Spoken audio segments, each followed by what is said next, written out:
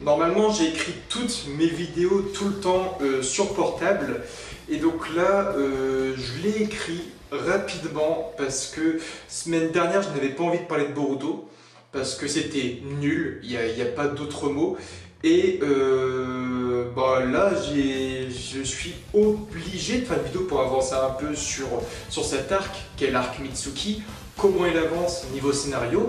Cet épisode a de très bonnes surprises, même si c'était grillé à 40 km à l'heure. J'avais donc déjà dit par rapport à Garaga qui allait être invoqué par Boruto. Je vous avais même dit pendant la toute première apparition de Yurito, je vous avais dit qu'il serait un jour une sorte de traître. Alors ce n'est pas le cas, il a juste été pris dans un genjutsu, mais j'ai fait une théorie, vous pouvez regarder, hein.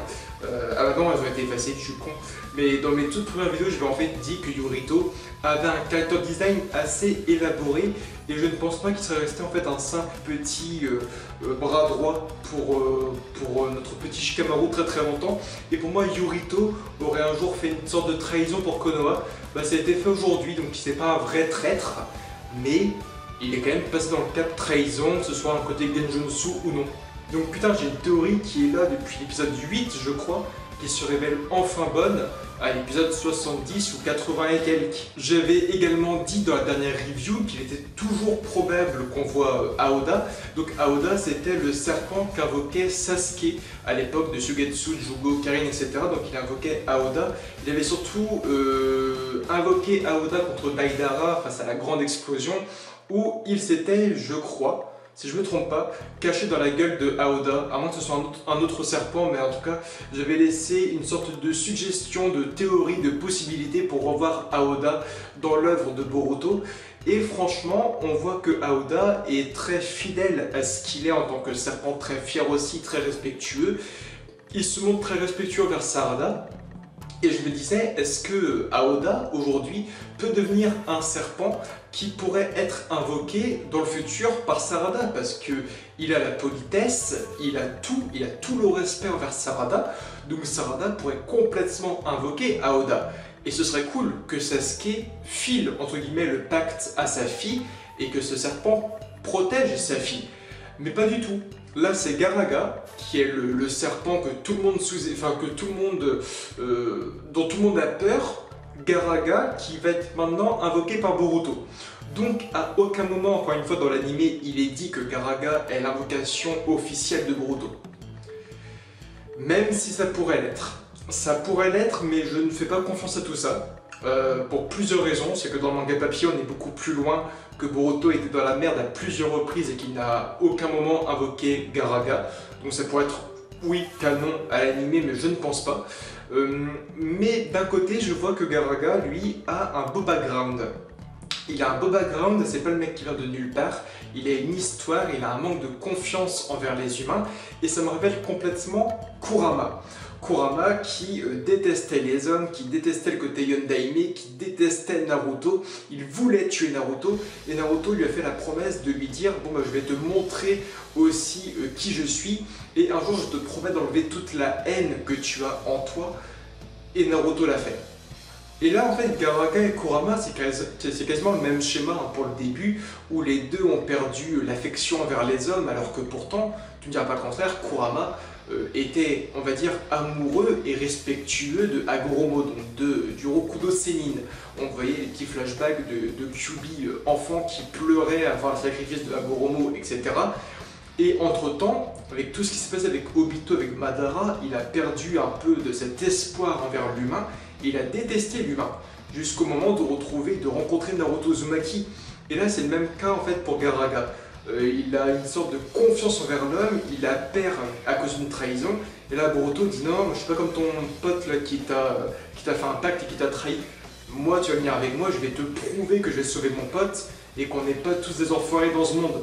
Donc on suit le même schéma. Entre Naruto, Boruto, Kyuubi, Garaga, on a le même schéma. Alors oui, Garaga est bien écrit.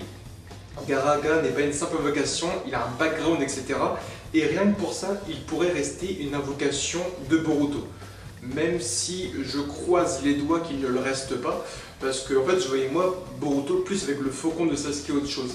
Mais non, il pourrait bel et bien en fait avoir maintenant un lien avec la grotte Ryuchi, il pourrait avoir un lien avec tout ça, et Boruto, si il peut invoquer en fait les serpents et qu'il reste lié à Garaga, bah, il pourrait aussi avoir le mode Sennin du serpent et du dragon, la chose qu'avait Kabuto. Donc là ça me fait franchement un peu peur, mais rien d'officiel pour l'instant. Pour la simple et bonne raison qu'on... Bon, si Boruto invoque Garaga, c'est qu'il a fait le pacte, mais on ne sait pas quels sont vraiment les attributs et toutes les informations du pacte. On n'a pas vu le moment en fait où il a sorti le rouleau, où il a posé sa main, où ils ont expliqué tous les contrats de ce pacte.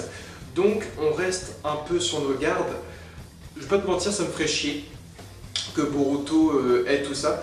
J'ai plein de théories qui me sortent, plein d'abonnés qui me font ouais, tu verras Boruto un jour il aura Kurama, tu verras il aura le mode Sennin, tu verras il aura le mode serpent. Là on approche vraiment du mode serpent, du moins de l'invocation du serpent, mais j'espère qu'on va éviter tout ça. Donc oui, le côté serpent ça ressemble à Sasuke, ça ressemble à Orochimaru, et Sasuke est le sensei de Boruto, donc ça pourrait le faire. Mais d'un côté ça me fait peur. D'un côté ça me fait peur, et puis là on te sort l'histoire de Garaga comme quoi c'est le serpent qui depuis des années traumatise les autres serpents, mais Sasuke n'en a absolument jamais parlé, Orochimaru et Kabuto n'en ont absolument jamais parlé non plus.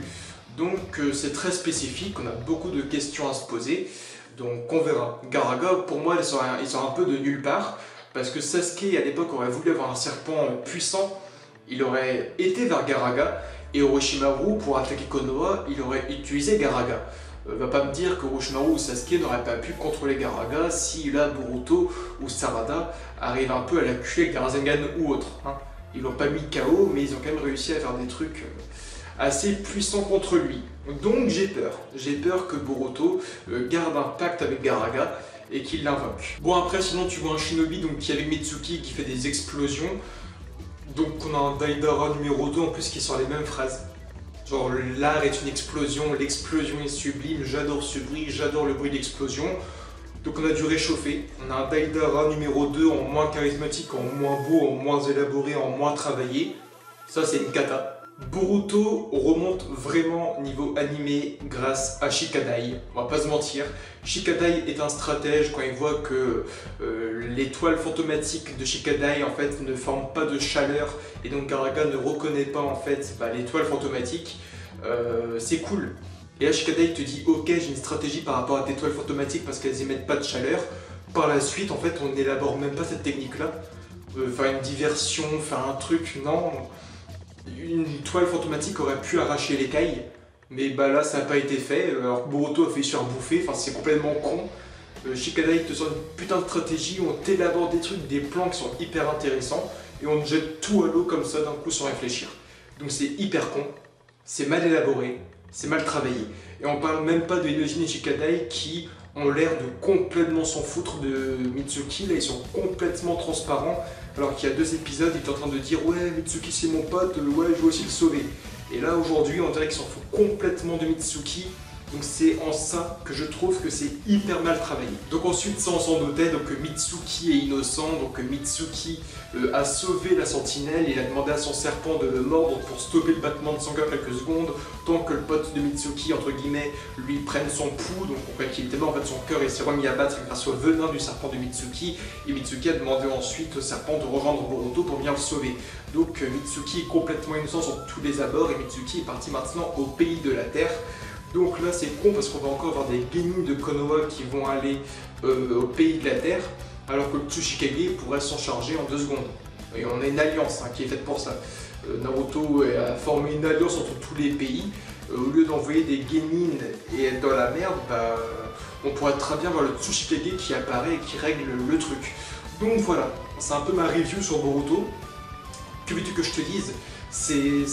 On a des très bonnes idées, Shikadai, les toiles fantomatiques, le côté Garaga, son histoire c'est bien foutu, mais dans les minutes qui suivent, bon, on te jette tout à l'eau en mode eh ben non, t'as fait espérer que ça allait être bon, on te jette tout à l'eau. L'arc Mitsuki me faisait espérer que ça allait être bon, que ça allait être bien scénarisé, que ça allait être bien animé et tout, mais encore une fois, bon, on jette tout à l'eau car c'est mauvais. Le seul truc bon de ces 2 épisodes, c'est l'opening et l'ending. L'opening est très cool, on est vraiment dans un univers Naruto, un vrai univers Boruto, c'est cool. l'opening est très cool, mais encore une fois, l'ending est intéressant, mais j'ai franchement hâte que là, on arrête l'arc Mitsuki, qu'on arrête ce HS, parce que c'est plus que mauvais, et on va vers un gouffre énorme. Donc voilà, moi j'espère qu'on ne fera juste pas l'erreur hein, du Boruto mode Senin, serpent ou dragon, parce que là ce serait vraiment du what the fuck. Je pense que le Kama et le pouvoir qu'il a, pour ceux qui lisent le manga, comprennent largement que ça suffit à son pouvoir et à son power-up.